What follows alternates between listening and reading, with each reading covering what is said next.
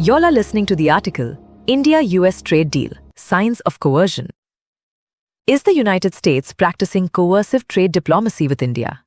Trade negotiations are rarely neutral, but the current India-United States reset carries the unmistakable imprint of coercion rather than partnership.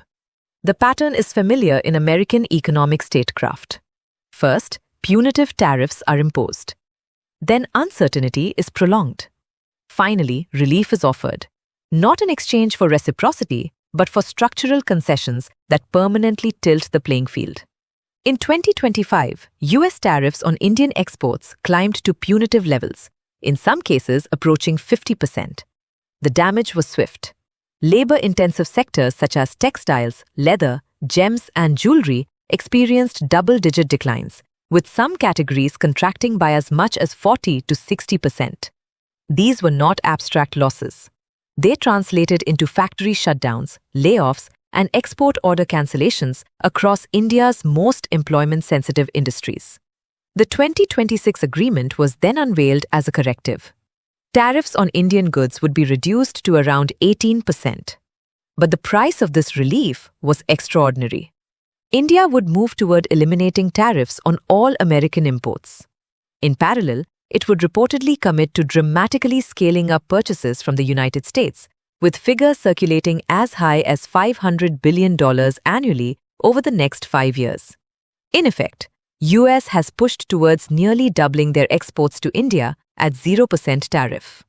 This is not trade deal, it is coercive extraction. One side applies pressure until economic pain becomes politically inconvenient. The other side concedes market access. That this is happening between the world's largest democracy, India, and the world's most powerful economy, USA, that makes the imbalance more, not less troubling. The United States has sought access to India's domestic market for decades, particularly in agriculture, pharmaceuticals, digital services, and defense. What multilateral forums could not deliver, bilateral pressure now appears to be achieving. This is coercive trade policy, dressed up as partnership. Therefore, how and why of this deal are important questions. Did India enter these negotiations from a position of political vulnerability? Trade outcomes are shaped as much by context as by content. India did not enter the 2026 negotiations as a neutral actor with full strategic scope. It entered them under visible political and reputational strain. At precisely this moment, Indian corporate power faces heightened scrutiny in US jurisdictions. Investigations and legal proceedings involving major Indian conglomerates like Adani Group have become part of the American regulatory and political ecosystem. These are not minor irritants. They carry potential consequences to reputational damage to Indian Prime Minister Narendra Modi, which might bring down the government too. For any government, protecting its largest corporate friend is not merely an economic priority, but a political one. When such entities are exposed to foreign legal pressure, the state's negotiating posture inevitably shifts. The risk is not that policy becomes illegal, but that it becomes vulnerable. In this context, trade concessions can function as pressure valves. They reduce friction. They stabilize diplomatic relations. They buy time. But they do so by transferring costs elsewhere, usually to sectors with weaker political voice. This is where the apprehension deepens. Was India negotiating purely on the basis of economic modeling and long-term national interest? Or was it also negotiating to de-escalate external pressure from disclosure in Epstein files that threatened Indian ruling party's top players like Narendra Modi himself? The opacity of the process makes this question unavoidable. No comprehensive white paper was released. No parliamentary debate of consequence took place. No sector-wise impact assessment was made public before commitments were signed. When deals of this magnitude are concluded quietly, it suggests suspicion, not trust. Why is Indian agriculture being treated as negotiating collateral? If there is one sector that exposes the asymmetry of this agreement most starkly, it is agriculture. Indian agriculture is not merely an economic activity. It is the livelihood backbone of nearly half the population. It is socially sensitive, politically volatile, and structurally fragile. Yet it is being placed directly in the line of fire. In 2025, US agricultural exports to India surged by roughly 34%, rising to about $2.85 billion, about rupees 26,000 crore. Indian agricultural exports to the US grew by only about 5% to roughly $5.9 billion, about 50,000 crore rupees. The imbalance is not only in value but in capacity.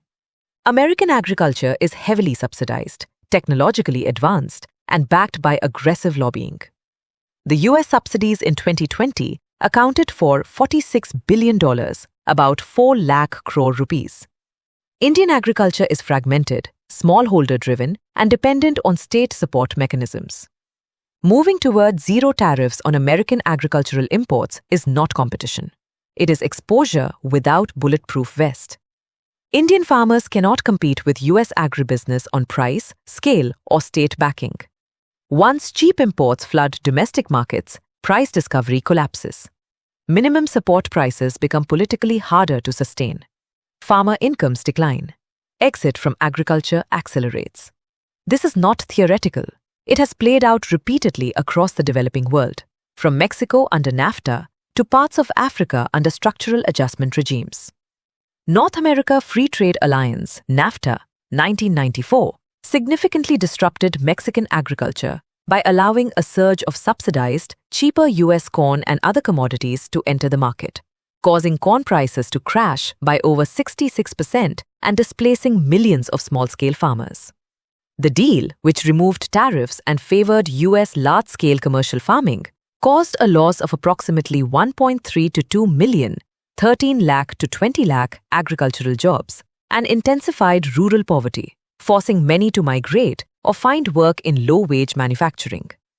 The consequence of that deal is clearly visible in today's illegal migration from Mexico to US. Therefore, liberal trade deal imposed under pressure produces dependency, not efficiency. What is striking is how little public discussion has accompanied this shift. There has been no honest national conversation about Indian food security risks, rural employment shocks, or long-term land use consequences. Agriculture appears to have been treated as spendable, a concession zone where farmer resistance is fragmented across Indian states and political costs can be managed. If India is opening its farm sector at scale to secure geopolitical breathing room with US, it is making a gamble with consequences that will unfold slowly but relentlessly. This is another East India Company scenario, except that this time it is the Americans, the very British cousins. Sadly, after 250 years of colonial rule, Indian government has not learned to lessons from imperial history and the disastrous consequences it had on once rich economy of the world, called India. Is this trade deal about economic strategy or Modi's political damage control? The final and most uncomfortable question concerns motive. What exactly is this deal trying to solve? On paper, it is about trade facilitation. In practice, it looks like de-escalation from Epstein disclosures and storm due to objectionable connections. De-escalation of tariffs, of diplomatic friction, and of external pressure emanating from US political and legal systems. When trade policy is shaped under such conditions, it ceases to be strategic. It becomes transactional. Immediate political stability is prioritized over long-term economic resilience. Costs are shifted onto populations like farmers that lack access to negotiating rooms. Were representatives of Indian farmers included in the agricultural trade negotiations? Indian agriculture fits this pattern perfectly. It is large, dispersed, and politically managed through subsidies rather than bargaining power. Sacrificing it does not provoke instant political backlash. The damage accumulates quietly through falling prices, rising debt, and rural distress.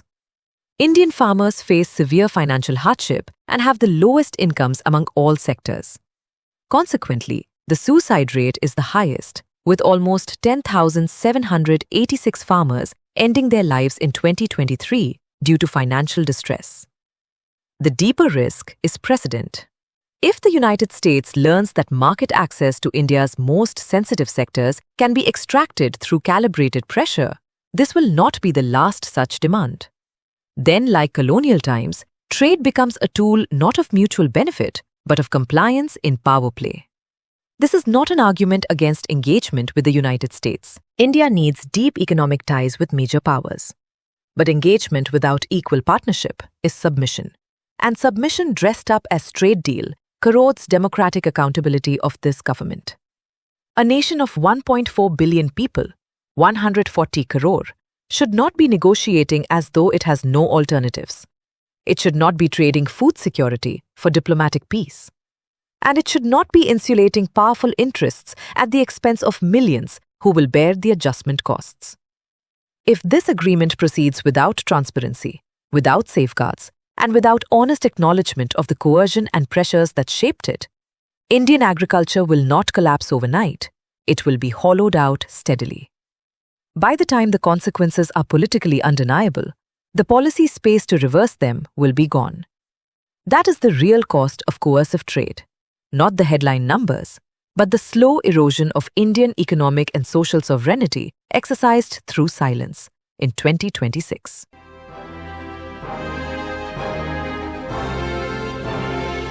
This was an Expert X presentation. Thanks for listening. For more insights, please like and subscribe to this channel. Also visit expertx.org for interesting articles.